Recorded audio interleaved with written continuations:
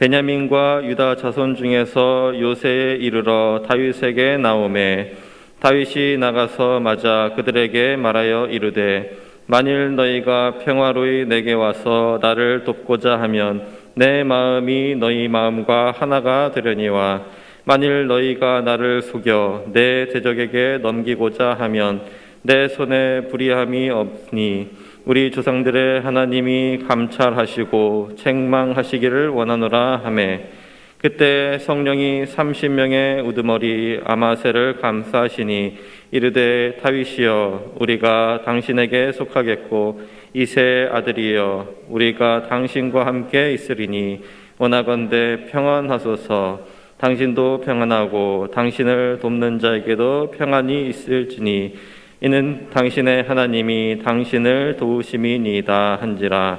다윗이 그들을 받아들여 군대 지휘관을 삼았더라. 아멘.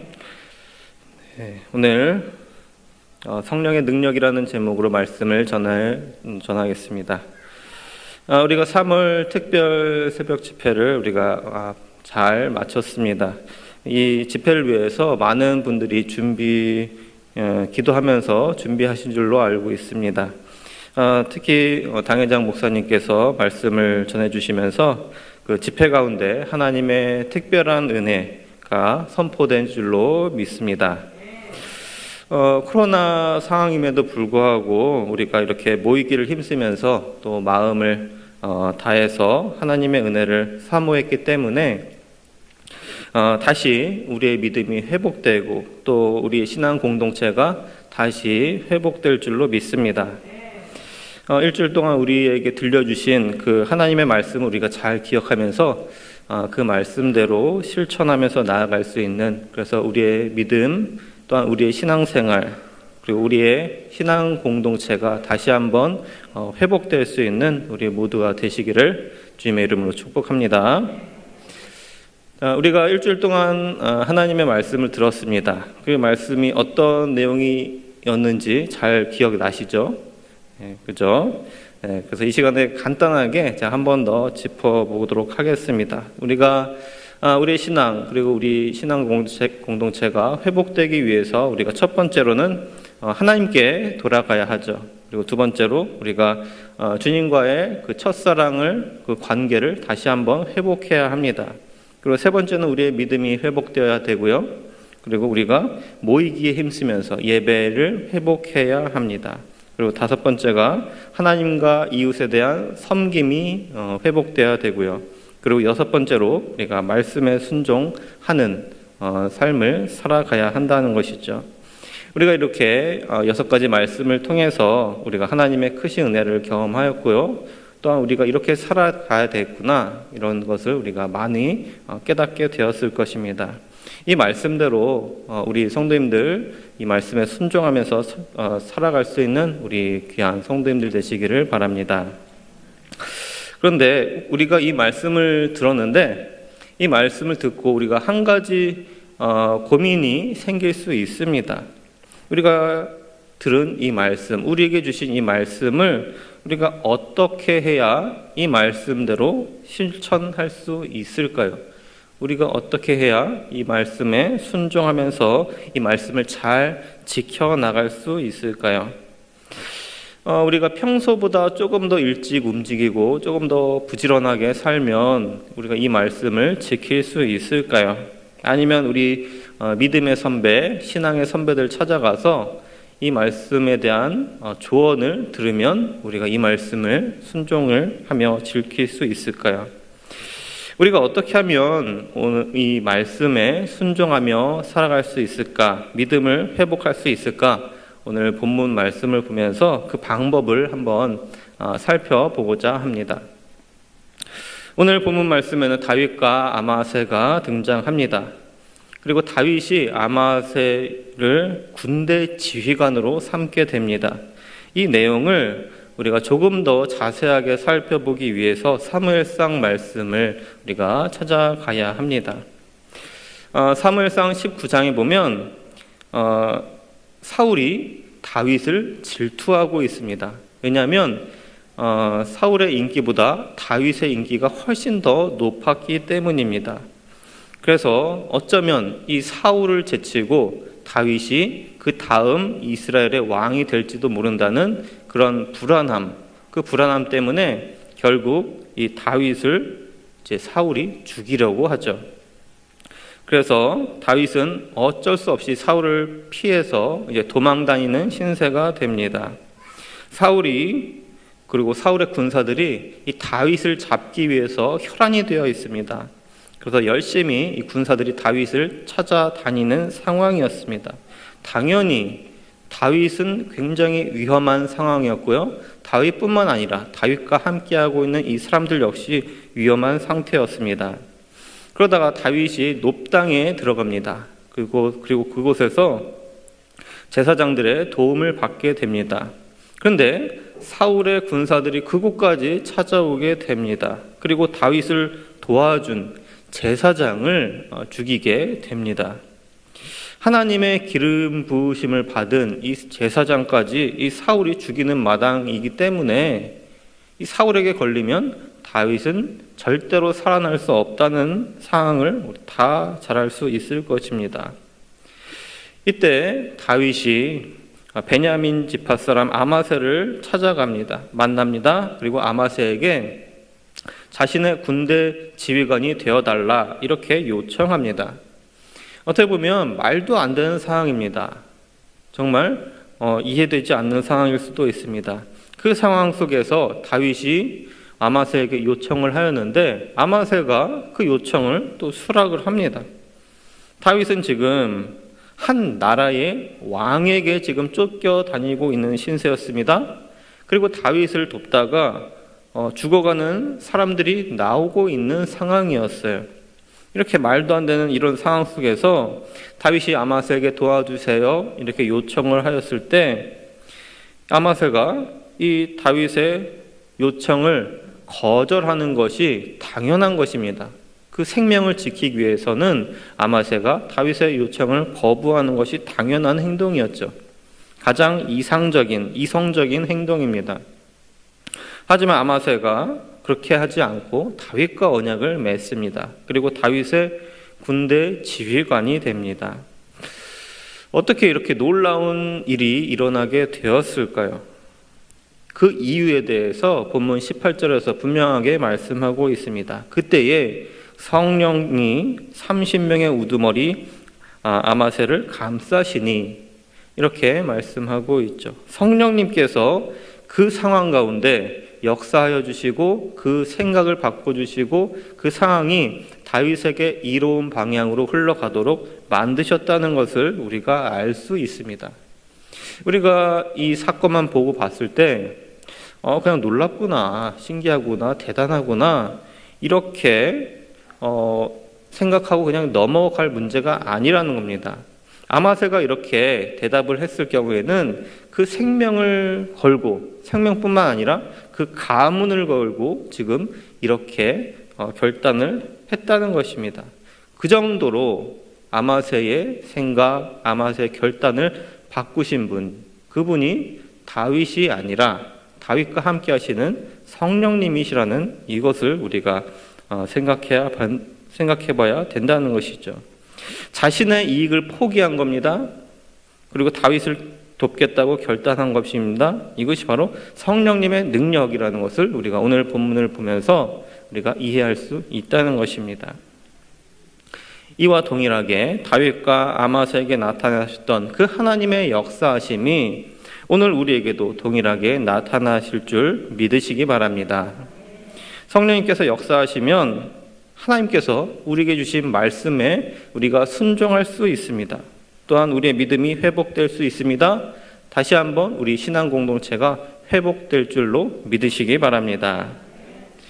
성령님께서 우리를 도와주셔야만 우리는 이 세상 속에서 살아갈 수 있습니다. 우리는 하나님의 자녀이지만 너무나 연약하기 때문에, 너무나 부족하기 때문에, 너무나 쉽게 쓰러질 수 있는 사람들이기 때문에 하나님의 도우심이 없으면, 특별히 성령님의 도우심이 없으면 우리가 이 세상 속에서 살아갈 수 없다는 것입니다.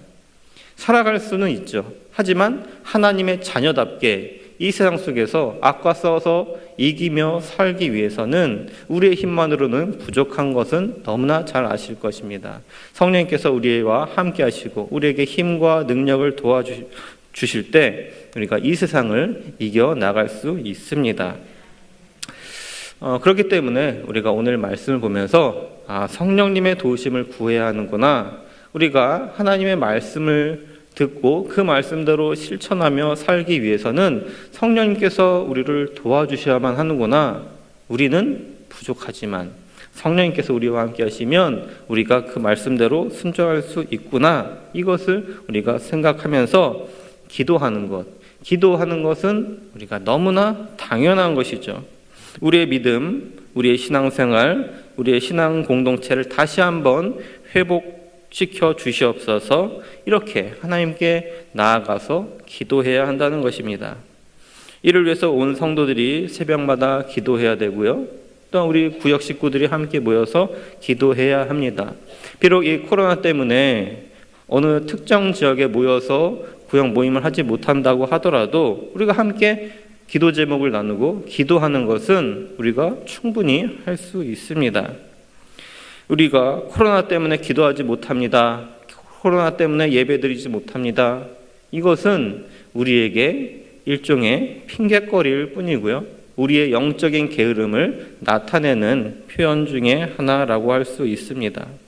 우리의 신앙 회복을 위해서, 그리고 우리 교회 공동체의 회복을 위해서 다 함께 마음을 모아서 기도할 수 있는 우리 성도님들, 우리 일산 명성교회 모든 성도님들 되시기를 주님의 이름으로 축복합니다. 그렇다면 우리가 어떻게 기도를 해야 할까요? 우리가 어떤 구체적인 방법으로 기도를 해야 할까? 그래서 성령님의 도우심을 받을 수 있을까? 이것을 우리가 다시 한번 생각해 보아야 한다는 것이죠. 우리가 기도할 때 가장 중요한 것은 우리가 우리의 죄를 회개해야 한다는 것입니다. 요한 1서 1장 9절의 말씀에 이렇게 말씀하고 있습니다. 만일 우리가 우리 죄를 자백하면 그는 미쁘시고 의로우사 우리 죄를 사하시며 우리를 모든 불의에서 깨끗하게 하실 것이요, 만일 우리가 범죄하지 아니하였다 하면 하나님을 거짓말하는 이로 만드는 것이니 또한 그의 말씀이 우리 속에 있지 아니하니라. 아멘. 우리가 성령님의 도우심을 받기 위해서 우리가 해야 하는 가장 첫 번째, 가장 기본적으로 우리가 해야 하는 것은 우리에게 묻어있는 죄를 떨쳐버리는 것입니다. 물론 이 죄를 우리 힘으로, 우리 스스로의 힘으로 떨쳐버릴 수 없습니다. 당연히 하나님께 구해야죠. 거룩하신 하나님을 앞에 나아가면서 우리 몸 안에 나에게 붙어있는 죄, 하나님께서 가장 싫어하시는 죄를 가지고 하나님 앞에 나아갈 수 없다는 것을 우리가 잘 알 수 있습니다. 하나님 앞에 나아가기 전에 우리의 죄를 회개하는 것, 가장 기본적인 것, 가장 당연한 것입니다. 우리의 죄를 하나님 앞에 고백하고 우리는 용서를 받을 수 있어야 합니다. 때로는 우리가 하나님 앞에 내어놓을 때 차마 이런 것까지 하나님께 기도해야 될까? 이런 기도 제목도 있을 거예요. 그럼에도 불구하고 우리는 하나님 앞에 나아가서 회개해야 합니다.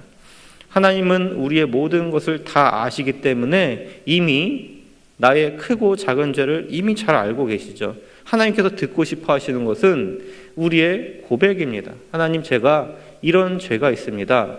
제가 잘못했습니다. 용서해 주세요.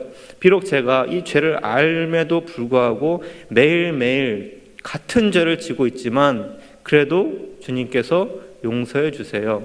이렇게 고백하는 것 자체를 하나님께서 기다리고 계시다는 것입니다. 우리가 이 말씀을 기억하면서 우리의 죄를 작은 것까지 고백할 수 있는, 그래서 하나님 앞에 깨끗한 모습으로, 용서받은 모습으로 하나님 앞에 나아갈 수 있는 우리 모두가 되시기를 바랍니다. 두 번째로, 우리가 하나님의 말씀을 들을 때 성령님께서 역사하신다는 이 사실을 우리가 알아야 됩니다.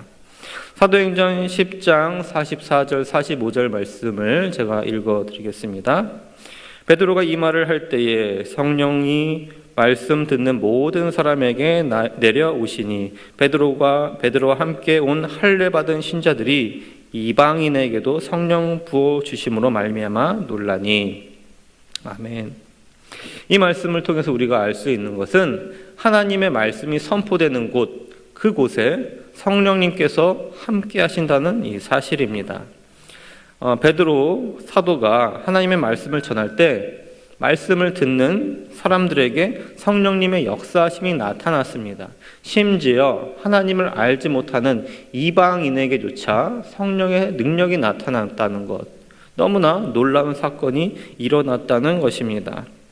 하나님의 자녀인 우리가 하나님의 말씀을 들을 때 당연히 성령님의 역사하심을 경험하는 것은 너무나 당연하다는 것입니다. 그래서 우리가 말씀을 자주 접해야 됩니다. 하나님의 말씀을 자주 묵상해야 합니다. 성령님께서 역사하시는 그곳에 우리도 함께하면서 성령님의 역사하심을 경험할 수 있는 우리 모두가 되시기를 바랍니다. 세 번째로 우리는 하나님을 전적으로 의탁할 수 있어야 합니다. 예전 드라마에서 이런 명대사가 있었죠. 저를 전적으로 믿으셔야 합니다. 그런 드라마가 있었는데 우리가 하나님을 전적으로 따르고 믿는 것이 우리에게 필요하다는 것입니다. 에베소서 5장 18절에 이런 말씀이 있습니다. 술 취하지 말라. 이는 방탕한 것이니 오직 성령으로 충만함을 받으라. 아멘. 우리가 이 말씀을 보면서 술 먹지 말라는 얘기구나, 이렇게 단순하게 해석해서는 안 된다는 것이죠. 이 말씀에서 중요한 것이 술을 먹지 말라는 것이 중요한 것이 아닙니다. 술이 우리의 모든 정신을 지배하도록 두지 말라는 것입니다. 그리고 성령님께서 우리의 몸과 마음을 다스리시도록 우리가 성령님께 우리의 몸과 마음을 맡기라, 그런 의미로 우리가 봐야 한다는 것이죠. 술을 먹고 정신을 잃어버리는 것이 아니라, 그런 삶을 사는 것이 아니라 성령 충만한, 성령님께서 우리의 모든 존재 가운데 충만하시는 그런 삶을 살라는 의미입니다.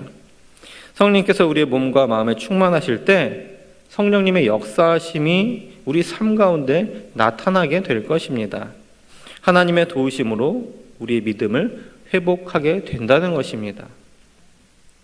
오늘 우리에게 주신 이 말씀 우리가 잘 기억하면 좋겠습니다. 우리의 신앙을 회복하기 위해서는 우리가 우리에게 주신 말씀을 잘 기억하면서 우리가 하나님께 돌아가야 합니다. 뿐만 아니라 주님과의 관계를 회복해야 합니다.